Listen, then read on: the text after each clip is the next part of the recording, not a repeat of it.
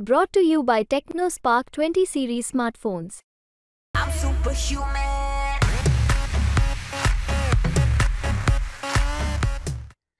पाचव्या टप्प्यातलं मतदान आज महाराष्ट्रामध्ये पार पडलं। हा शेवटचा टप्पा असल्यामुळे या टप्प्याकडे सगळ्यांचं लक्ष होतं। एकूण 13 मतदारसंघांचा पाचव्या टप्प्यामध्ये समावेश होता। मुंबई सोबतच मुंबईतले 6 मतदारसंघ असतील, त्यासोबतच ठाणे असेल, पालघर असेल, भिवंडी असेल, कल्याण असेल, धुळे असेल, एकूण 13 मतदारसंघांचा यामध्ये समावेश होता। या पाचव्या टप्प्यातल्या मतदानावेळी नक्की काय घडलं, आजचा दिवस कसा रंगला, ईव्हीएम मशीनला कुठे हार घालण्यात आला, त्यामुळे उमेदवारावर गुन्हा दाखल झाला, कुठे कुठे ईव्हीएम मशीन सुद्धा बंद पडलं, लांबच लांब रांगा नागरिकांच्या आपल्याला पाहायला मिळाल्या। एकंदरीतच आजचा मतदानाचा दिवस कसा रंगला यावरच बोलणार आहोत आजच्या व्हिडिओमध्ये। नमस्कार, मी पूजा, तुम्ही पाहताय मुंबई तक। पहिलं म्हणजेच नाशिक मधून सकाळी सकाळी शांतिगिरी महाराजांचा एक व्हिडिओ समोर आला। नाशिकचे अपक्ष उमेदवार शांतिगिरी महाराज जेव्हा मतदानासाठी गेले, नाशिकच्या त्र्यंबकेश्वर मध्ये एका महाविद्यालयामध्ये त्यांनी मतदान केलं आणि तिथे मतदान केल्यानंतर त्यांनी ईव्हीएम मशीनला हार घातल्याचं आपल्याला पाहायला मिळालं। त्यासोबतच त्यांच्या सहकाऱ्यांनी ईव्हीएम मशीनची पूजा केली, बेलफुलानं, अगरबत्तीने सुद्धा ईव्हीएम मशीनला ओवाळलं आणि या सगळ्यानंतर कुठेतरी विरोधकांकडून आचारसंहितेचा भंग केल्याचा आरोप शांतिगिरी महाराजांवर करण्यात आला आणि त्यानंतर निवडणूक आयोगानं याची दखल घेतली आणि त्यांच्यावर गुन्हा दाखल करण्यात आलेला आहे। आचारसंहितेचा भंग केल्या प्रकरणी शांतिगिरी महाराजांवर गुन्हा दाखल करण्यात आलेला आहे।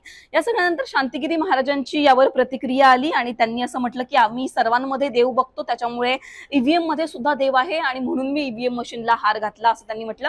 ही जरी त्यांनी प्रतिक्रिया दिली असली तरी ईव्हीएम मशीनला हार घातल्यामुळे शांतिगिरी महाराजांना हे प्रकरण भोवलं आणि त्यांच्यावर गुन्हा दाखल झाला। नाशिक मधून हे प्रकरण समोर आल्याचं आपल्याला पाहायला मिळालं। त्यानंतर दुसरं आणि सगळ्यात महत्त्वाचं म्हणजे मुंबईमध्ये आपल्याला मोठ्या प्रमाणामध्ये मतदानासाठी जे नागरिक गेलेले आहेत त्यांचे हाल पाहायला मिळाले।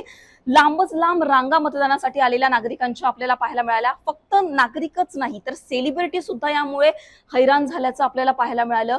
मुंबईमध्ये मोठ्या प्रमाणात लोकसंख्या आहे आणि अशातच उष्णता आहे। उष्णतेचा सामना सुद्धा मुंबईकरांना करावा लागला। दीड 2 तास असे सुद्धा नागरिक होते ज्यांना मतदानासाठी लांबच लांब रांगेमध्ये त्यांना ते आपल्याला पाहायला मिळाले आणि अशातच कुठेतरी जे पोलिंग बूथ आहेत तिथे या नागरिकांची कुठल्याही प्रकारची सोय नसल्याचं आपल्याला पाहायला मिळालं। आणि या सगळ्यांमध्ये अभिनेते आणि शिवसेनेचे नेते, ठाकरेंच्या शिवसेनेचे नेते आदेश बांदेकर यांचा एक व्हिडिओ समोर आला। आदेश बांदेकरांनी इंस्टाग्राम लाईव्ह केलं आणि इंस्टाग्राम लाईव्हच्या माध्यमातून त्यांनी पवईमध्ये जेव्हा ते मतदान करायला गेले तेव्हा त्यांनी तिथली जी परिस्थिती आहे ती त्या इंस्टाग्राम लाईव्हच्या माध्यमातून मांडण्याचा प्रयत्न केला।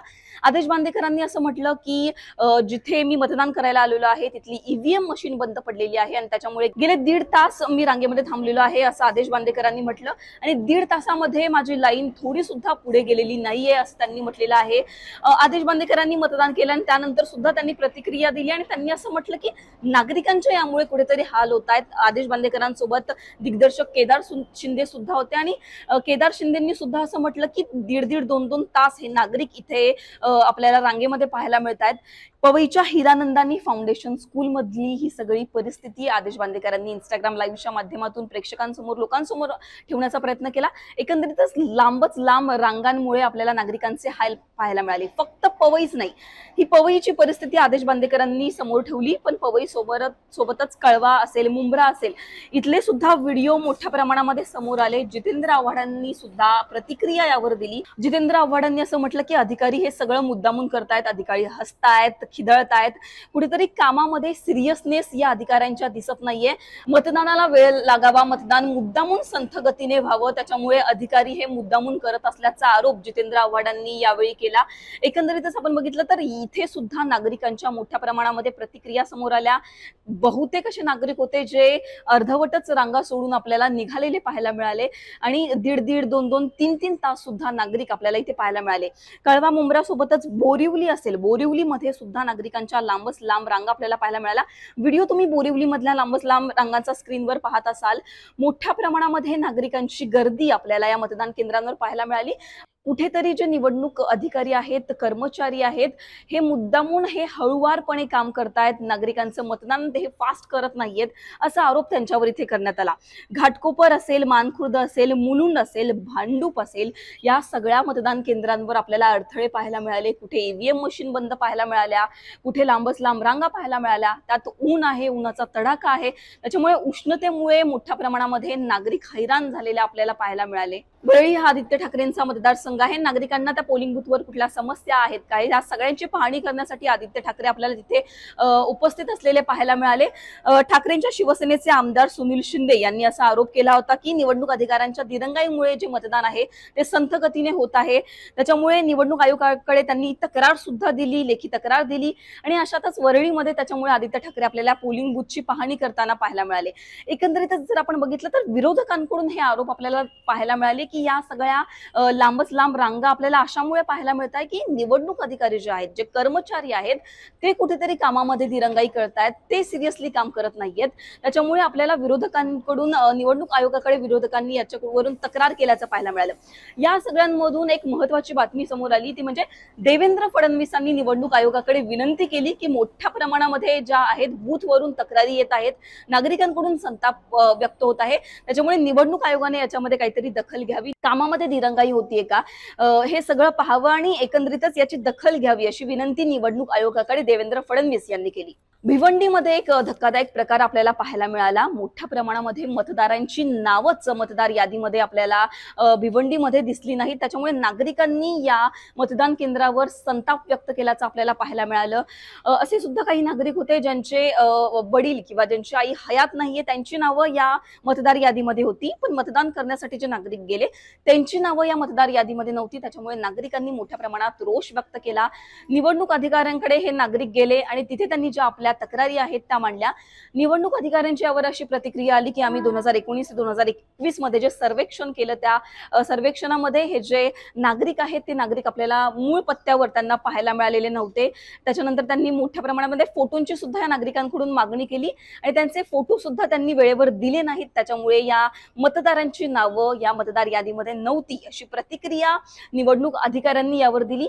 पण हे नागरिक कुठेतरी ऐकायला तयार नव्हते, कारण आम्ही खूप लांबून आलेलो आहे, मतदान आमचा हक्क आहे आणि हे सगळं असताना सुद्धा आम्ही इथे एवढं लांबून रांगेमध्ये थांबून आम्हाला मतदान करायला मिळालेलं नाही. अशामुळे या नागरिकांनी संताप व्यक्त केला. या नागरिकांची मतदार यादीमध्ये नावं नसल्यामुळे कुठेतरी एकच गोंधळ आपल्याला भिवंडीमध्ये मतदान केंद्रावर पाहायला मिळाला. फक्त भिवंडीच नाही तर कल्याणमध्ये सुद्धा ही परिस्थिती आपल्याला पाहायला मिळाली. असे कितीतरी नागरिक होते जे मतदान करण्यासाठी आले होते आणि त्यांची नावं मतदार यादीमध्ये गायब झाली होती, मतदार यादीतून त्यांची नावं वगळल्याचं आपल्याला पाहायला मिळालं. त्यानंतर भांडूपमधून एक बातमी समोर आली, ती म्हणजे ठाकरे गटाच्या कार्यकर्त्यांना पोलिसांनी ताब्यात घेतलं. आता याचं कारण असं होतं की डमी ईव्हीएम मशीनच्या सहाय्याने हे कार्यकर्ते नागरिकांना, मतदारांना मार्गदर्शन करत होते की मतदान कसं करावं, असा आरोप पोलिसांनी त्यांच्यावर केला आणि त्यांना ताब्यात घेतलं. पण सुनील राऊत जे संजय राऊतांचे बंधू आहेत, सुनील राऊतांनी पोलिसांना यावर जाब विचारला की तुम्ही काय म्हणून आमच्या कार्यकर्त्यांना ताब्यात घेतलेलं आहे, त्यांनी कुठलं चुकीचं काम केलेलं नाहीये आणि या पोलिसांवर कुठेतरी प्रशासनाचा दबाव आहे, अंडर प्रेशर पोलीस काम करत आहेत असा आरोप सुनील राऊतांनी केला. मोठ्या प्रमाणात पोलिसांशी बाचाबाची करतानाचा त्यांचा व्हिडिओ समोर आला आणि सुनील राऊतांनी त्यानंतर पोलिसांना आग्रह केला की या कार्यकर्त्यांना बाहेर काढा. एकंदरीतच हे सगळं दिवसभरात आज घडलेलं आहे. कुठे उमेदवारावर गुन्हा दाखल झाला तर कुठे मतदान केंद्रावर नागरिकांचा मोठ्या प्रमाणात गोंधळ पाहायला मिळाला. असे सुद्धा जे नागरिक आहेत जे मतदान करण्यासाठी तयार होते पण त्यांची नावच मतदार यादीमध्ये नसल्यामुळे त्यांना मतदान करायला जमलेलं नाहीये. त्याच्यानंतर मुंबईमध्ये उष्णतेचा फटका तर नागरिकांना होताच, पण त्याबरोबरच संथ गतीने सुरू असलेलं मतदान हे सुद्धा मुंबईमध्ये मोठ्या प्रमाणामध्ये गाजलं. कारण यामुळे कुठेतरी लांबच लांब 1.5, 2, 3 तास सुद्धा असे काही नागरिक होते जे लाईन मध्ये थांबलेले आपल्याला पाहायला मिळाले. तर या होत्या आज दिवसभरात 5व्या टप्प्यातल्या मतदानात घडलेल्या घडामोडी. तुम्हाला या सगळ्यांवर काय वाटतं हे आम्हाला कमेंट सेक्शन मध्ये सांगायला विसरू नका. हा व्हिडिओ तुम्हाला आवडला असेल तर याला लाईक करा, कमेंट करा, शेअर करा आणि मुंबई तकला तुम्ही जर सबस्क्राईब केलं नसेल तर सबस्क्राईब करायला विसरू नका. धन्यवाद.